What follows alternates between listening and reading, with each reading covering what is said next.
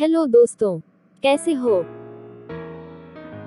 दोस्तों, हमारे बड़े बुजुर्ग वैसे ठीक ही कहते हैं कि टाइम रहते ही जरूरी काम कर लेने चाहिए, वरना बाद में पछताना पड़ता है।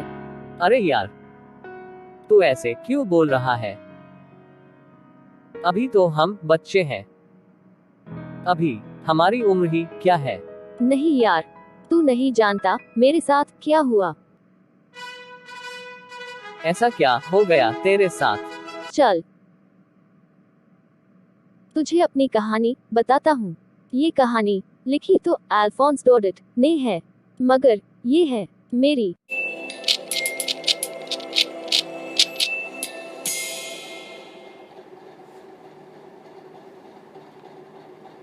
(1870) में जब फ्रांस और प्रशिया की लड़ाई हुई थी, तब मेरा फ्रांस हार गया था और प्रशिया जीत गया। इसलिए बर्लिन से ऑर्डर आया कि अल्जास और लरेन के स्कूल्स में अब फ्रेंच नहीं बल्कि जर्मन पढ़ाई जाएगी, क्योंकि फ्रेंच डिस्ट्रिक्ट्स अल्जास और लरेन अब प्रशिया की हो गई थी। अच्छा, एक दिन जब मैं स्कूल जा रहा था तो पता नहीं मैं आज स्कूल जा ही क्यों रहा हूँ। मैंने तो मिस्टर हैमल का पार्टिसिपल्स वाला होमवर्क भी नहीं किया। मेरा बिल्कुल स्कूल जाने का मन नहीं है। आज का दिन कितना वार्म और ब्राइट है। बर्ड्स चर्पिंग कर रही हैं। फील्ड्स में प्रेशियन सोल्जर्स ड्रिल कर रहे हैं। अरे, ये टाउन हॉल के बाहर इतनी भीड़ क्यों है?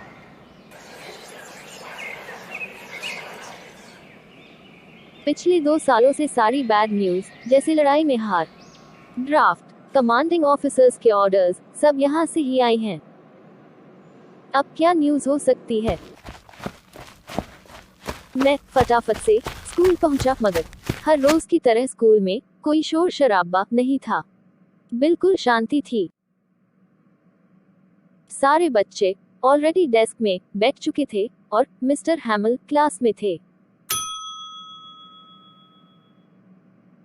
अपनी सीट पर बैठ जाओ फ्रांस, हम तुम्हारे बिना ही शुरू करने वाले थे। मैंने नोटिस किया कि मिस्टर हैमल बहुत तैयार शयार थे, कैसे? जैसे वो इंस्पेक्शन या प्राइज डिस्ट्रीब्यूशन वाले दिन होते हैं। मुझे सब कुछ काफी अजीब लगा। क्लास में पीछे वाले बेंच पर कुछ विलेजर्स भी बैठे थे। फिर क्या हुआ? बच्चों, ये मेरा लास्ट लेसन है। बर्लिन से ऑर्डर आया है कि अल्जास और लरेन के स्कूल्स में अब सिर्फ जर्मन पढ़ाई जाएगी। ये तुम्हारा लास्ट फ्रेंच लेसन है, इसलिए ध्यान देना। ओह, तो टाउन हॉल के बाहर ये नोटिस लगा था, मेरा लास्ट फ्रेंच लेसन। क्यों? मुझे तो अभी ज्यादा कुछ पता भी नहीं है। काश मैं कुछ पढ़ पाता। मैं तो बस बर्ड के अंडे देखने में और स्विंग्स झूलने में ही लगा रहा। मुझे अपनी हिस्ट्री, हेवी बुक्स और ग्रामर सब अचानक अच्छे लगने लगे हैं। मिस्टर हैमल का यो जाना अच्छा नहीं लग रहा। ओह, तो ये सब लोग मिस्टर हैमल की 40 इयर्स की सर्विस के लिए थैंक्स कहने आए हैं। फ्रांस, अब तुम पार्टिसिपल्स का रूल बताओ।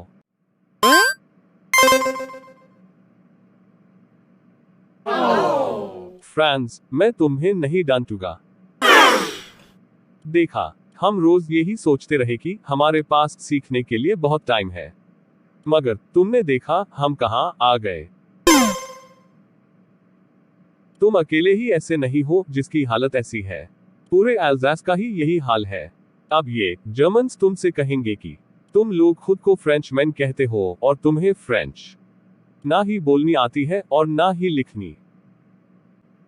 तुम्हारे पेरेंट्स ने भी तुम्हारी लर्निंग पर ध्यान नहीं दिया। वो तुम्हें फार्म में भेजते रहे ताकि थोड़े ज्यादा पैसे कमा सके। और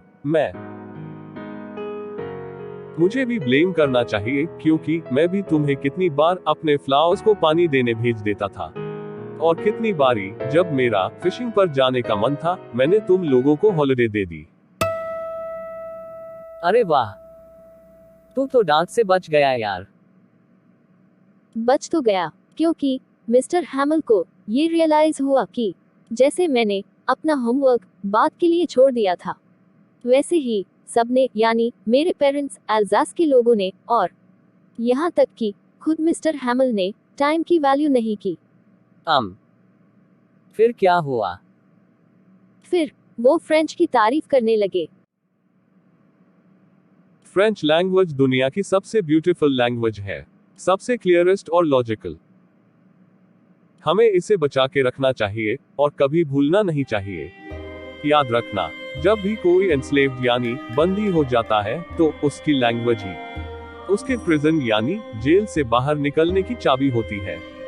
क्योंकि जो लोग हमें बंदी बना रहे हैं, वो लोग हमारी लैंग्वेज को नहीं समझ पाएंगे और हम बाहर आने का कोई रास्ता निकाल लेंगे।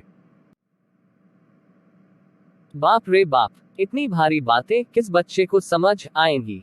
उस दिन मिस्टर हैमल ने जो कुछ भी पढ़ाया और कहा, मुझे अच्छे से समझ आ गया। ऐसा लगा जैसे मिस्टर हैमल अपनी सारी नॉलेज हमें दे देना चाहते थे। मिस्टर हैमल ने फिर सबको राइटिंग वर्क के लिए रेड कलर की नोटबुक्स दी, जिस पर फ्रांस अल्जास लिखा था। उस दिन सारे स्टूडेंट्स चुपचाप, पूरे कंसंट्रेशन और ध्यान के साथ काम कर रहे थे। अच्छा, काश पहले ऐसे पढ़े होते। पता है, उस दिन अचानक क्लास में एक पिजन आ गया जो कून कर रहा था, यानी आवाज निकाल रहा था। उससे देख के मुझे लगा, क्या अब इस पिजन को भी जर्मन में गाना सिखा देंगे। उस दिन मिस्टर हैमल हर एक चीज को ऐसे देख रहे थे जैसे वो हर चीज की इमेज अपने दिमाग में फिक्स कर लेना चाहते हों। पिछले 40 इयर्स से मिस्टर हैमल इसी जगह हैं। उनके ग्रो करे ट्रीज और प्लांट्स कितने बड़े हो गए। इन सब चीजों को छोड़कर जाना मिस्टर हैमल के लिए कितना मुश्किल होगा। अपनी कंट्री को छोड़ते हुए उनका दिल टूट रहा होगा। फिर हम लोग हिस्ट्री के लेसन में जोर जोर से रीडिंग करने लगे। वहाँ ओल्ड हाउसर, मतलब वो जिन्होंने मिस्टर हैमल को ये जगह दी थी, वो भी जोर जोर से रीडिंग कर रहे थे। उनकी आवाज थोड़ी अजीब लग रही थी। जहाँ एक तरफ सब लोग ओल्ड हाउसर की आवाज सुनकर हंसना चाहते थे, वहीं दूसरी तरफ सबको गिल्ट से रोना भी आ रहा था। फिर चर्च क्लॉक ने 12 बजाए और क्लास के खत्म होने का टाइम हो गया। दोस्तों, मैं वो कुछ बोल नहीं पाए और ब्लैक बोर्ड पर बस इतना ही लिखा, वी लव फ्रांस, यानी लॉन्ग लिव फ्रांस। स्कूल खत्म हो गया, तुम जा सकते हो।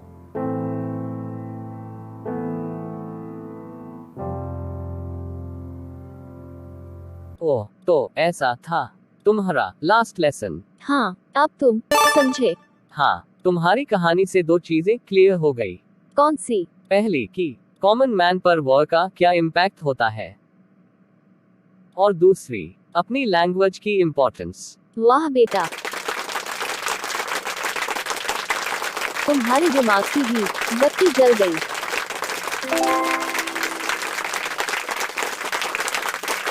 Subscribe and stay in touch for happy learning, easy understanding, and higher marks.